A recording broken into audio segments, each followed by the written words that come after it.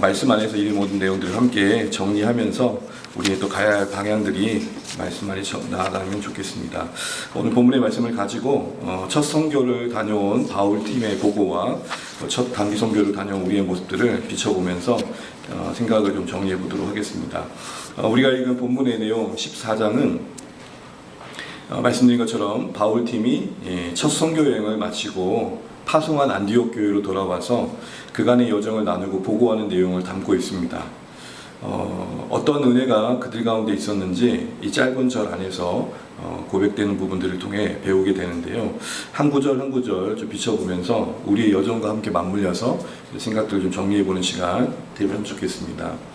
먼저 26절을 보시게 되면은 거기서 배 타고 안디옥에 이르니 라고 되어 있죠. 26절에 거기서 배 타고 안디옥에 이르니. 안디옥으로 되돌아오는 기한의 여정을 우리는 여기서 지켜주신 하나님의 돌보심을 보게 됩니다. 거기서라는 것은 아달리아라는 곳인데 그것은 항구였습니다.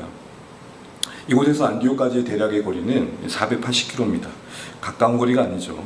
당시의 교통의 형편을 생각해 본다면 이 먼 거리를 배를 타고 간다는 것 자체가 무모한 일이었고, 그만큼 이 한 문장 안에 아달리아에서 안디옥에 왔다라는 것 자체가 큰 다행이며 감사라는 것들을 우리가 볼 수 있어야겠습니다. 사실 이번 단기 선교 봉사를 준비하고 다녀오면서 가장 염려되고 부담되었던 것 중에 하나가 안전이었습니다. 왜냐하면 우리가 당시 선교를 계획할 당시에 좀 안타까운 사고들이 참 많이 일어났습니다. 특별히 일련의 비행기 사고들이 계속되는 과정 속에 제 마음 한편에서는 이거 가야 되나 사실은 판단에 고민들이 상당히 많이 있었습니다.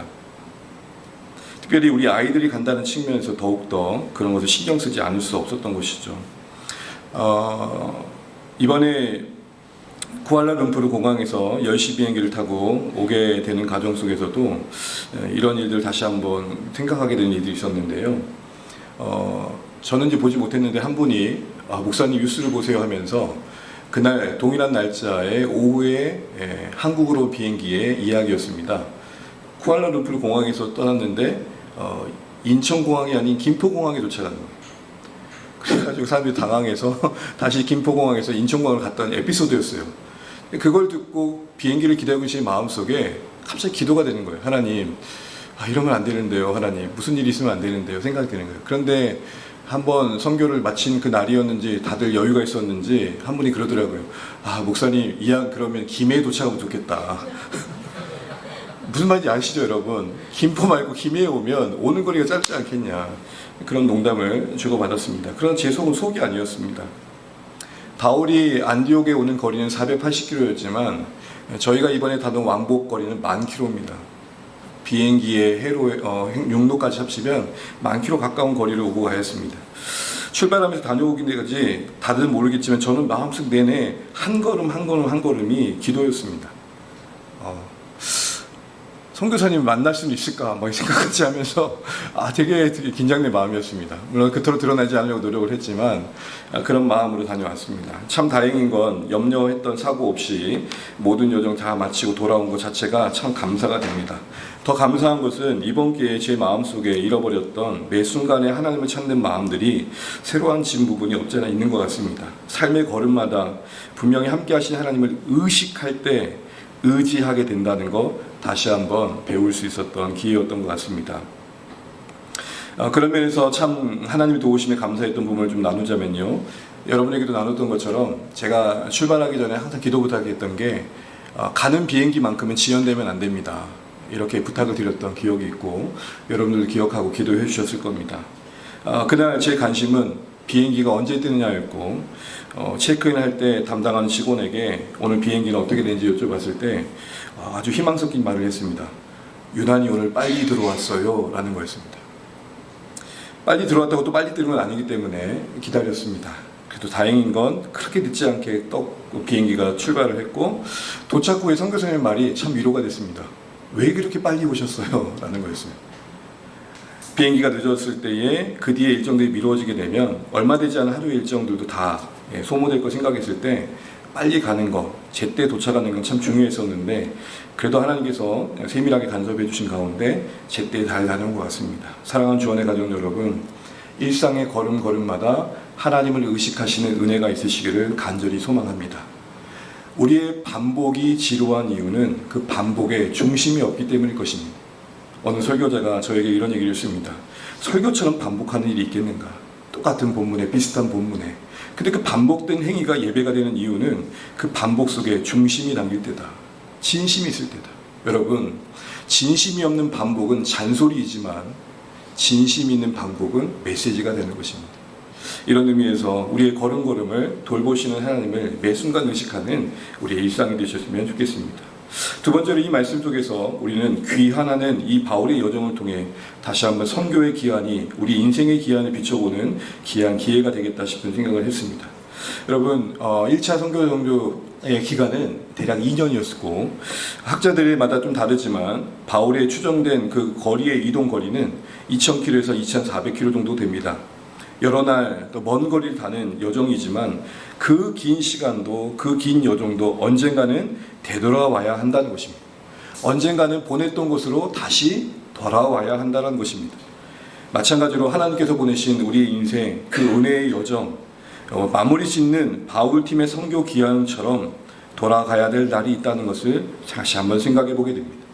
순례자로 살아가는 우리 신앙의 인생이 우리를 보내신 하나님께로 언젠가 되돌아갈 날을 생각하는 것과 그렇지 않은 것은 천양지 차이가 날 거라는 생각들을 해보게 되는 것이죠. 여러분, 우리에게 죽음은 단순히 이 땅에서 존재했던 자가 사라지는 게 아니라 이렇게 이해되시면 좋겠습니다. 귀환하다. 하나님께로 돌아가다. 그 품에 안식을 누리는 곳으로 향하다. 이 땅에 함께했던 사랑하는 이들의 떠남은 사라짐이 아니라 귀환입니다. 이런 의미에서 우리의 인생이 출장 온 인생이라는 관점에서 다시금 헤아려 주셔서 언젠가 나 부르시는 날 돌아갈 때에 그날이 정말 기쁨의 귀환이 될 수 있도록 오늘의 살아가는 날들이 다시 한번 재조명되시기를 소망합니다. 두 번째로 볼 수 있는 건 26절 이어진 말씀을 보게 되면 이곳은 두 사도 바울과 바나바가 이룬 그 일을 위하여 전에 하나님의 은혜에 부탁하는 곳이다 라는 말씀이 이어지고 있습니다. 여러분, 먼저 주목하실 것은 선교의 여정을 이렇게 표현하고 있습니다. 두 사도가 이룬 그 일. 그 일이란 말을 동그라미 한번 쳐보십시오. 왜 그 일이라고 했을까요? 두 사도가 한 일이라고도 할 수 있었을 겁니다. 한 일이라고 하지 않고 왜 그 일이라고 했을까요? 뭔가 연결지고 있고 가리키고 있는 거겠죠. 그 일이라고 했을 땐. 이것은 사도행전 13장 1절에 3절에 안디옥 교회가 이제 이들을 파송할 때와 맥락이 닿아 있습니다. 우리 13장 2절 화면이나 노트를 보시고 같이 한번 읽어보겠습니다. 함께 읽겠습니다. 주를 섬겨 금식할 때에 성령이 이르시되 내가 불러 시키는 일을 위하여 바나바와 사울을 따로 세우라 하시니 아멘. 안디옥 교회가 이제 시작되면서 바울과 바나바가 안디옥 교회를 든든히 세우고 있는 그때에 가장 중요한 역할을 하고 있는 그 두 사람을 성령께서 교회 가운데 파송하라고 말씀하십니다. 교회는 하나님 뜻을 구하고 있었던 것 같습니다. 금식이라는 것 자체가 간절한 하나님을 바라보는 시선 아닙니까? 그런 가운데 들려진 음성은 두 사람을 보내라는 거였습니다.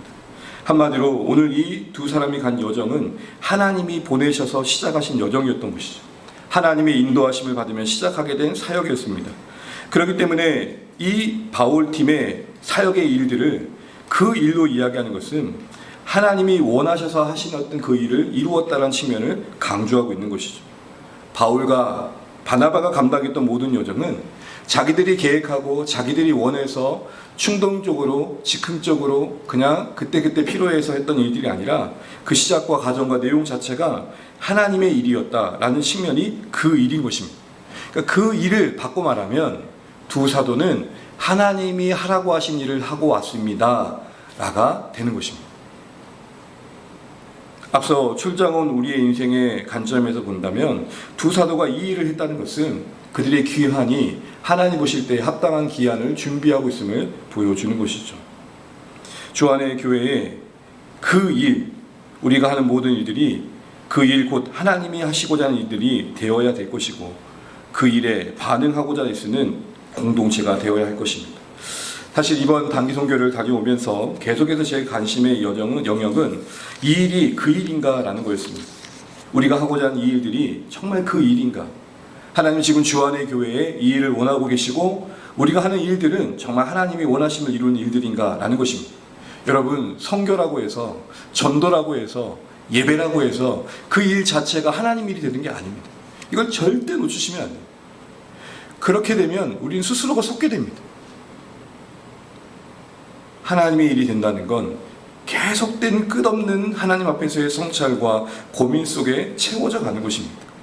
그 형태는 선교일지라도, 그 형태는 전도일지라도 다른 것이 담길 수 있기 때문인 거죠. 교회 간의 이벤트성으로 선교가 있을 수 있는 것입니다. 우리가 그래도 이 정도 교회인데 이 정도 일은 해야지, 이런 것도 있을 수 있는 것이죠. 그러나 그 일을 한다는 것은 정말 하나님의 일에 필요해 우리가 응답하고자 하는 그런 마음들이 있느냐에 달려 있는 것입니다. 이번 단기 봉사가 하나님이 원하는 일을 이루는 교회로 존재한 우리 주안의 공동체에 앞으로 나아갈 정체성의 이정표가 될 수 있기를 바라는 마음이 사실 있었습니다. 하나님, 우리의 이 시점에, 우리의 현재 모습에서 조금은 무리가 되는 시도인 것 같지만 이 시도가 우리 사랑하는 성도님들과 함께 이루어지는 가정 속에서 하나님께서 원하신 일에 참여하는 기쁨을 적어도 크든 작든 함께 누리면서 하나님께서 원하신 일에 함께하는 게 이런 거구나 배워가면 좋겠습니다. 사실 그런 마음이 있었습니다.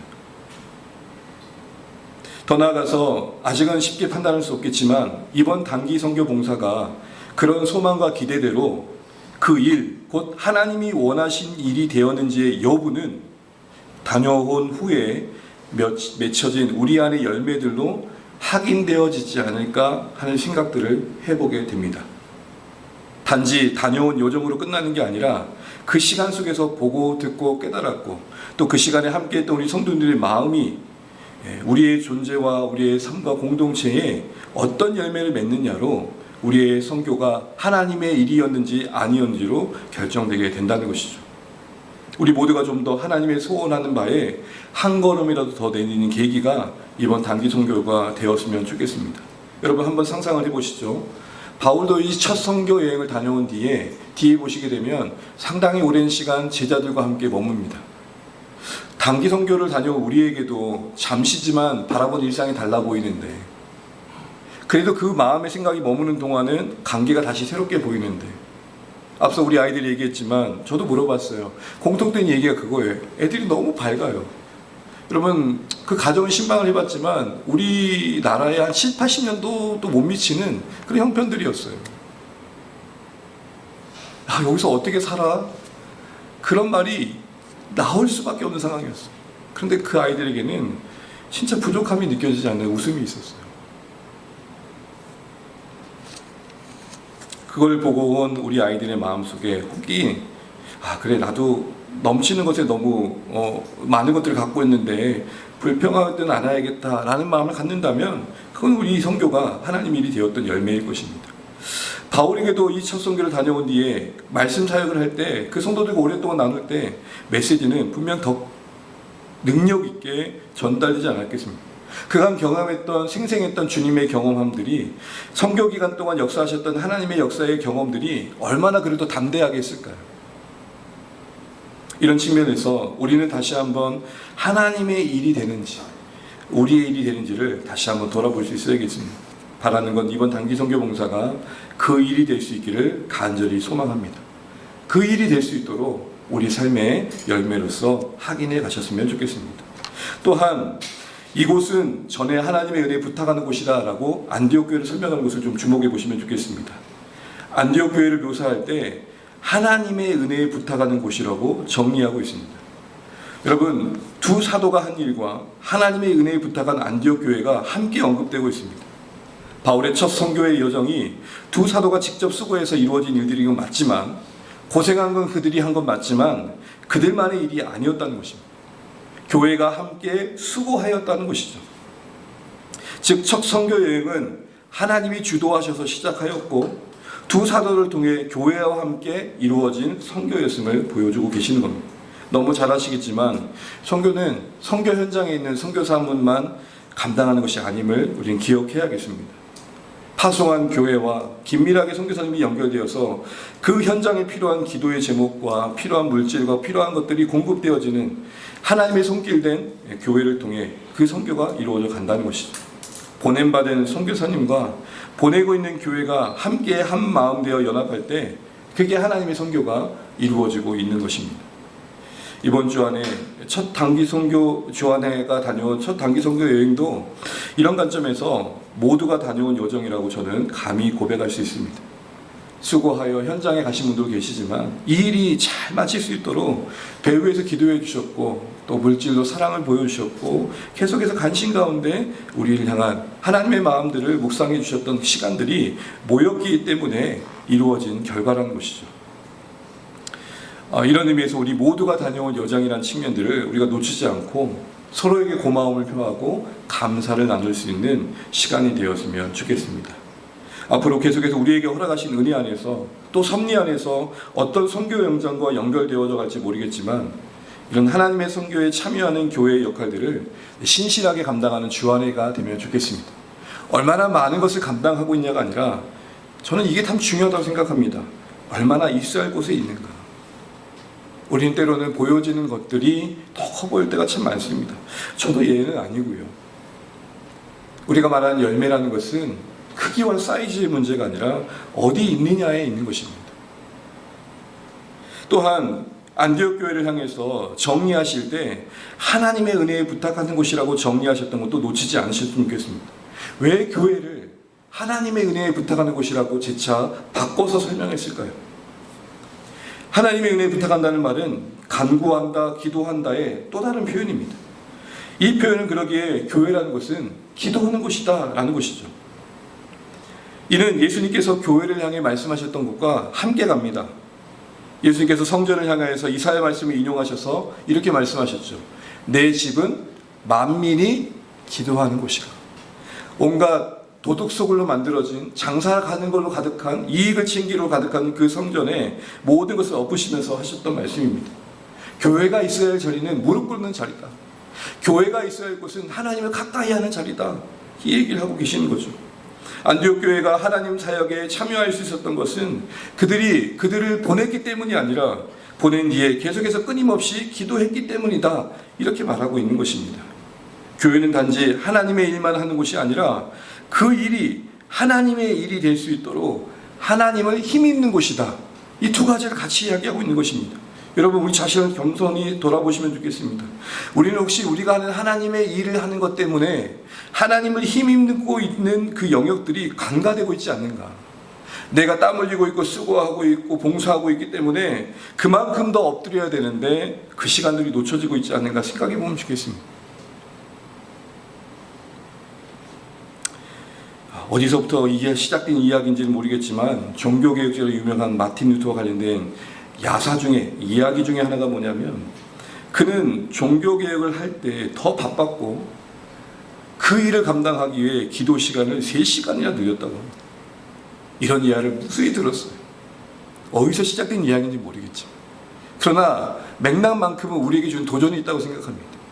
여러분 우리는 일하는 만큼 기도 시간이 뺏기는 경우가 많지 이 일만큼 기도하는 경우가 얼마나 있는가 그걸 돌아보는 거예요. 왜요? 하나님의 선교는 하나님이 직접적으로 드려지는 일들만큼이나 하나님의 은혜를 힘입는 것이 함께 해야 된다는 것이기 때문입니다.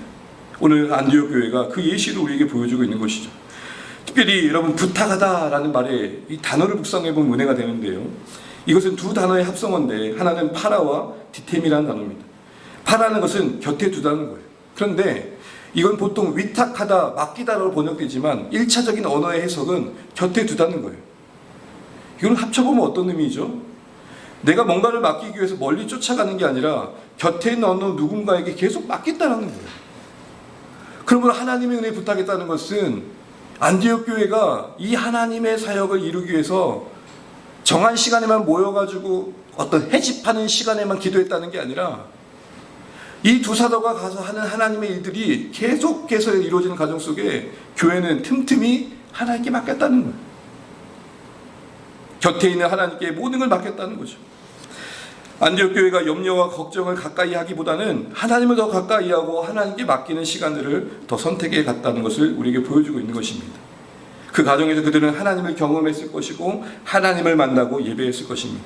네, 사역은 이렇게 이루어져야 됩니다. 우리가 사역을 한다는 것은 그 사역에 의해서 하나님과의 만남이 빼앗기는 게 아니라 그것 때문에도 하나님을 찾게 되고 의지하게 되고, 그래서 그 과정 속에서 하나님을 더 묵상하고 하나님을 알게 되고 하나님을 더 예배하는 쪽으로 가야 하는 것이죠. 또한 기도를 하나님의 은혜에 부탁하는 것을 묘사하는 것도 놓치지 말아야겠습니다. 기도가 왜 하나님의 은혜에 부탁하는 것으로 설명되고 있을까요? 이것은 교회의 한 기도의 모습을 묘사한 것이면서 기도의 본질을 보여주고 있다고 봅니다.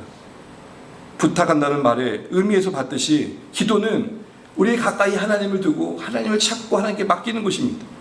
반대로 기도는 촉구나 강요가 아니라는 것이죠. 하나님이 허락해 주시는 그 주권을 인정하고 맡기는 것입니다. 하나님을 억지로 설득해서 움직이게 하는 게 기도가 아니라 하나님의 뜻 안으로 우리가 점점 들어가는 게 기도라는 것입니다. 이런 의미에서 기도의 가장 중요한 자세는 겸손이고 신뢰이겠죠. 간혹 기도가 하나님을 설득하여 하나님을 흔들어 원하는 것을 얻어내는 것으로 이해하는 경우가 종종 있습니다. 간절한 측면에서는 다주 틀렸다고 할 수 없겠지만 본질적인 측면에서는 그건 기도일 수 없는 것입니다. 기도는 오히려 그런 면에서 고요하셔야 됩니다. 마음은 들끓듯 간절하지만 그 크신 하나님 앞에 잠잠해지는 것입니다. 그 크신 하나님 내 곁에 계시다는 것을 확인하고 묵묵히 그 상황 속에 함께 머무는 것입니다. 이처럼 하나님 은혜에 맡겼던 교회와 선교사들의 두 사도의 수고가 하나님의 선교가 되었고, 이 일을 통해 보여주시는 이 기도에 대한 교훈들이 우리에게 다시 한번 묵상되시면 좋겠습니다. 27절에 보게 되면 이제 그들이 이르러 교회를 모아 보고했다라고 하고 있습니다. 교회를 모아 보고한다는 것, 이것은 교회 공동체 전체의 일이었음을 보여주는 겁니다. 여러분, 그럴 수 있었잖아요. 이 두 수다가 교회 중직자들, 리더들에게만 나눌 수도 있었어요. 그런데 교회 모든 성도들 뭐 했대요? 불러 모았대. 왜 그랬을까요? 의문이 듣지 않으세요? 그냥 교회 중직자들에게 필요를 나눴을 텐데 왜 모두를 모았을까요? 이는 교회 전체가 함께 기도했고 헌신했다는 것을 보여줄 뿐만 아니라 우리에게도 하나님의 선교는 모두가 관심을 가지고 각자의 은혜와 또 역할 안에서 참여해야 될 일들임을 말씀해주고 있는 것이죠. 보고의 내용이 뭐였습니까? 하나님께서 행하신 모든 일이었고 구체적으로는 이방들에게 믿음의 문이 열리는 거였습니다. 여러분, 보고하는 내용이 바울이 뭐 했다가 아닙니다. 바울의 성취담이라든지 성공담이 아닙니다. 그의 영혼 서사가 아니라 그의 여정 속에 하나님이 어떻게 일하셨는지, 주어가 하나님입니다. 그래서 듣는 모든들에게 같이 하나님의 마음에 동참하게 하는 거였습니다. 우리가 보통 간증이라고 합니다. 우리 안에 보았던 걸 증거한다는 거겠죠. 단어 자체가 틀린 건 아닌데 간혹 간증이 말은 그렇게 하지 않지만 듣는 우리 모두에게 초라함을 느끼게 할 때가 있습니다. 네가 믿는 하나님과 내가 믿는 하나님이 같을 텐데 어째 네 하나님은 그런 일 하시고 내 하나님은 왜 이러시나, 이런 생각을 할 때가 있어요. 간증의 본질은 그가 경험한 일을 우리도 동일하게 경험하는 공식이 아니라 이렇게 하니까 이렇게 된 거구나, 나도 그렇게 해봐야지, 그게 아니라 그 인생 속에 역사하셨던 하나님 그 뜻과 마음이, 맞아, 그가 그 뜻과 마음을 품고 그 자리에서 그렇게 하나님을 만났듯 나도 동일한 하나님의 뜻과 마음을 품고 하나님께 나아가야지. 이게 간증의 본질입니다. 그래서 저는 주안의 교회 간증을 이제 이렇게 부르고 싶습니다. 하품. 이러고 나니까 다 하품할 것 같아요. 근데 그런 건 아닌 거예요. 하나님의 마음을 품고 하나님의 뜻을 품는 게 간증이 돼요. 누가 진짜 간증을 잘했냐, 그걸 듣고 듣는 모든 마음이, 그래, 내 삶의 자리에서 하나님과 동행하겠다, 그래, 내 삶의 자리에서 하나님의 마음 품고 살아가야겠다, 그러면 간증을 잘한 겁니다. 특별히 여러분, 믿음의 문을 여셨다는 것을 주목하셨고, 문을 여셨다는 표현은 하나님의 주권을 강조하는 겁니다. 여는 이 없으면 누구도 열 수 없었다는 거죠. 믿음을 주시는 하나님의 은혜를 강조한 겁니다. 여기서 우리는 선교지가 단순히 일하는 곳만이 아니라 이처럼 구체적으로 개입하시고 간섭하시는 하나님의 역사를 경험하는 현장임을 우리가 알게 됩니다. 아까 화면의 마지막을 보시게 되면 이렇게 어떤 간판처럼 세워졌던 거 보셨죠? 글로리 투 갓이라는 거. 여러분 이게 어디 있었던 거냐면 저희들 숙소와 난민학교 요 700m 되는 거리에 학교 하나가 있었는데 UCS라는 대학교에 그 정문에 있었던 간판이었습니다. 제가 첫날 우리 함께 성도들과 함께 난민학교 걸어가는데 그게 딱 눈에 띄는 거예요. 글로리 투 갓. 저 개인적으로는 하나님이 제게 하시는 말씀은 규용아, 이 모든 가정이 하나님께 영광돼야 돼. 시작이 하나님이시고 가정이 하나님이시고 마침이 하나님이어야 돼. 어느 누구에게 이번에 제가 단기 선교 갑니다 했더니 개척한 지 얼마 되셨죠? 3년 좀 넘었어요. 아, 참 신기하네요. 벌써 그렇게 가고 부럽네요. 여러분 우리 위치에서도 우리는 교만해질 수 있습니다. 이상하게 커야만 교만하다 생각해요. 아니요. 이 코딱지만한 걸로도 교만해질 수 있는 거예요. 우리는 그런 인간이에요. 1% 가지고 100%를 말하는 사람이잖아요. 그래서 제가 제일 먼저 본 간판이 뭐냐? 글로리 투 갓이었어요.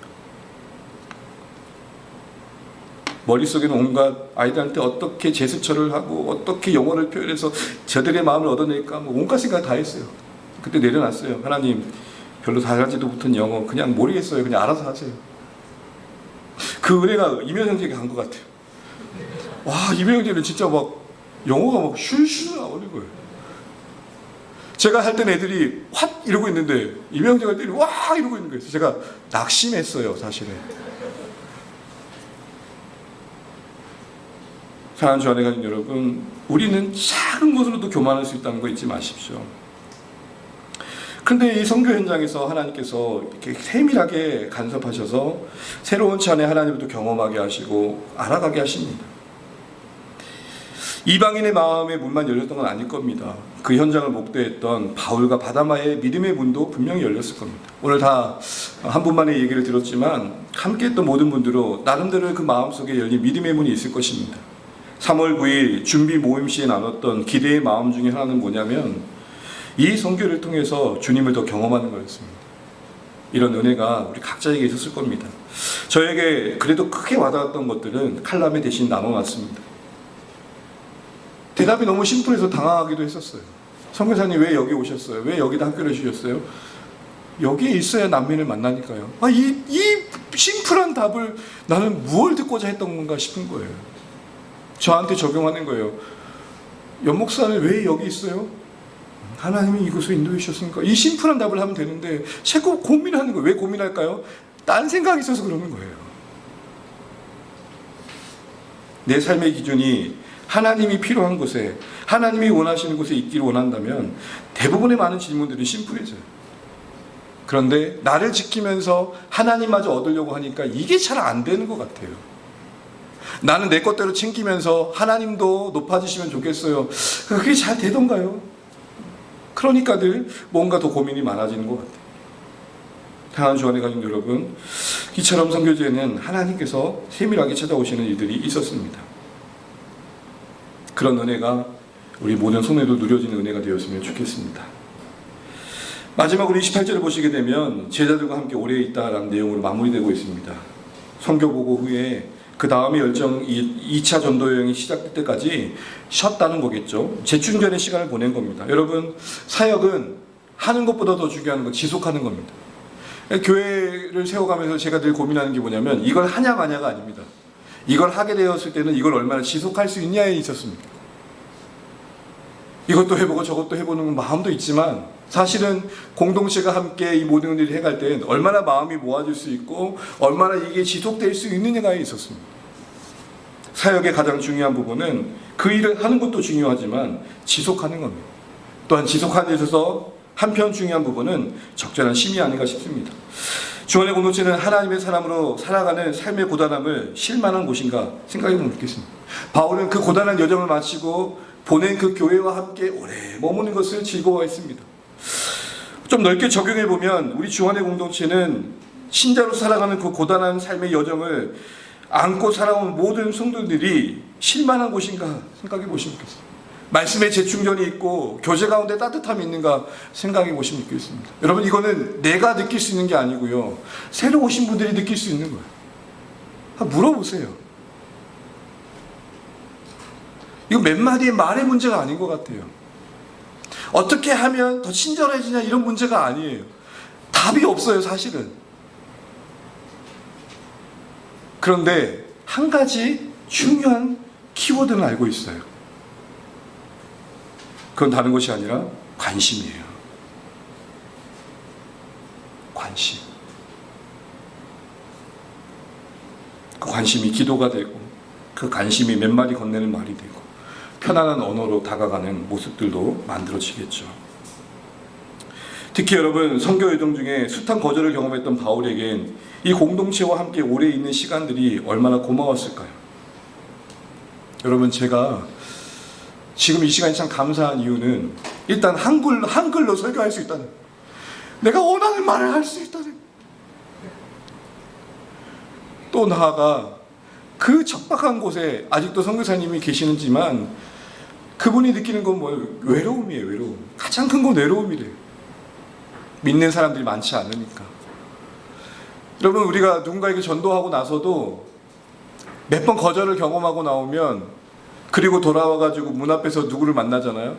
너무 좋아요. 반갑고. 왜요? 알 수는 없지만 우리가 예수로 함께 한 공동체가 되어서 예수님을 믿는다는 그 사실 하나가 주는 위로가 있기 때문이죠. 예수님 안에서 함께 존재한다는 고마움이 생기는 거예요. 그러니까 이 지나는 그 긴 선교 여행은 그 뒤에 교회 성도들을 더 애틋하게 바라보게 했을 거라고 저는 확신해요. 일주일 다녀와서도 여러분 보고 싶었는데요. 여러분 별로, 알겠어요. 뭐 그럴 수 있죠. 사랑하는 주안의 가족 여러분, 우리 주안의 교회 실만한 곳 만들어가면 좋겠습니다. 이건 어떤 한 사람의 노력이 아니라 우리 모두의 애씀일 것이고 하나님의 은혜일 것이고, 물론 교육자인 저 자신이 먼저 더 노력해야 할 부분일 것입니다. 그런데 한번 생각해 보세요. 나는 한다고 했는데 이런 말보다는 그 사람이 이걸 어떻게 받아들일까 생각해 보시면 좋겠어요. 항상 갈등은 거기서 시작되는 거예요.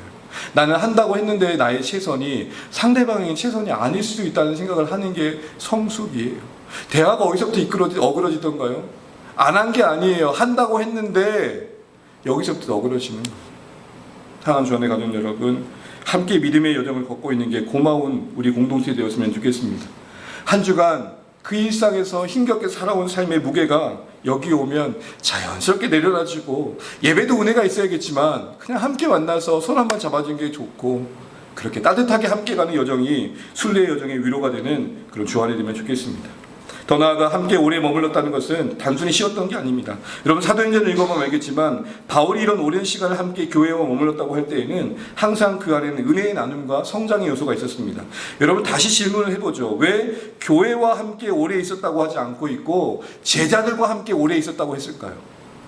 선교 기간에 듣고 보았던 은혜의 나눔들이 있었을 것이고, 그 은혜가 그들을, 교회를 제자로 만드는 요소가 되었음을 보여주고 있는 것입니다. 하나님의 행하신 일을 나누고 열매를 나눴던 이유는 그것이 교회 가운데 은혜가 되어서 그들이 하나님을 따르는 사람들 되게 하는 데 있었을 것입니다. 은혜의 경험을 나누는 가정 속에 교회가 제자로 세워져가는 그런 모습도 생각했을 것입니다. 즉, 선교는 파송과 현장에서의 사역으로, 그리고 보고로 끝나는 게 아니라 공동체 속에서 무르익어가야 하는 것입니다. 계속된 은혜의 대생과 나눔 속에서 이 일들이 이루어질 것입니다. 또 갔다 왔던 분들의 삶의 변화들이 그런 도전을 줄 것입니다. 아, 다녀오니까 저렇게 달라지는구나. 오늘 이명 형제의 이 진득함이 계속돼야 됩니다. 그래야 나도 한번 다녀와 봐야지 라는 생각을 하는 거죠. 너무 부담 갖지 마세요. 첫 번째 단기 여정을 마치고 오늘 말씀을 통해서 다시 한번 우리 주셨던 은혜들을 생각해 보면서 하나님께서 우리의 방향을 이끌어 가시기를 기대해 보게 됩니다. 사랑하는 주안의 가족 여러분, 우리 모두가 다녀온 여정임을 잊지 마십시오. 그리고 이 시작이 앞으로 하나님이 원하시는 일들에 반응하는 교회로 세워져가는 작은 기초석이 되면 좋겠습니다. 아무쪼록 기도해 주셔서 감사했고 함께 해 주셔서 감사했고 우리 모두가 다 안전하게 은혜롭게 마칠 수 있는 것을 볼 수 있어서 감사했습니다. 오늘 첫 선교 보고를 한 바울의 마음이 오늘 첫 단기 선교 여행을 다녀와 보고한 제 마음과 그리 다르지는 않을 것 같습니다. 하나님의 은혜를 우리가 더욱더 풍성히 계속해서 나누면서 그 은혜를 흘려보낸 일들에 아름답게 쓰여가는 일들이 이 일이 계기가 되어서 더 이루어질 수 있도록 함께 기도하시고 오늘 주신 말씀에 응답하시는 사랑하는 우리 모든 주 아들 가족 되시기를 간절히 축복합니다.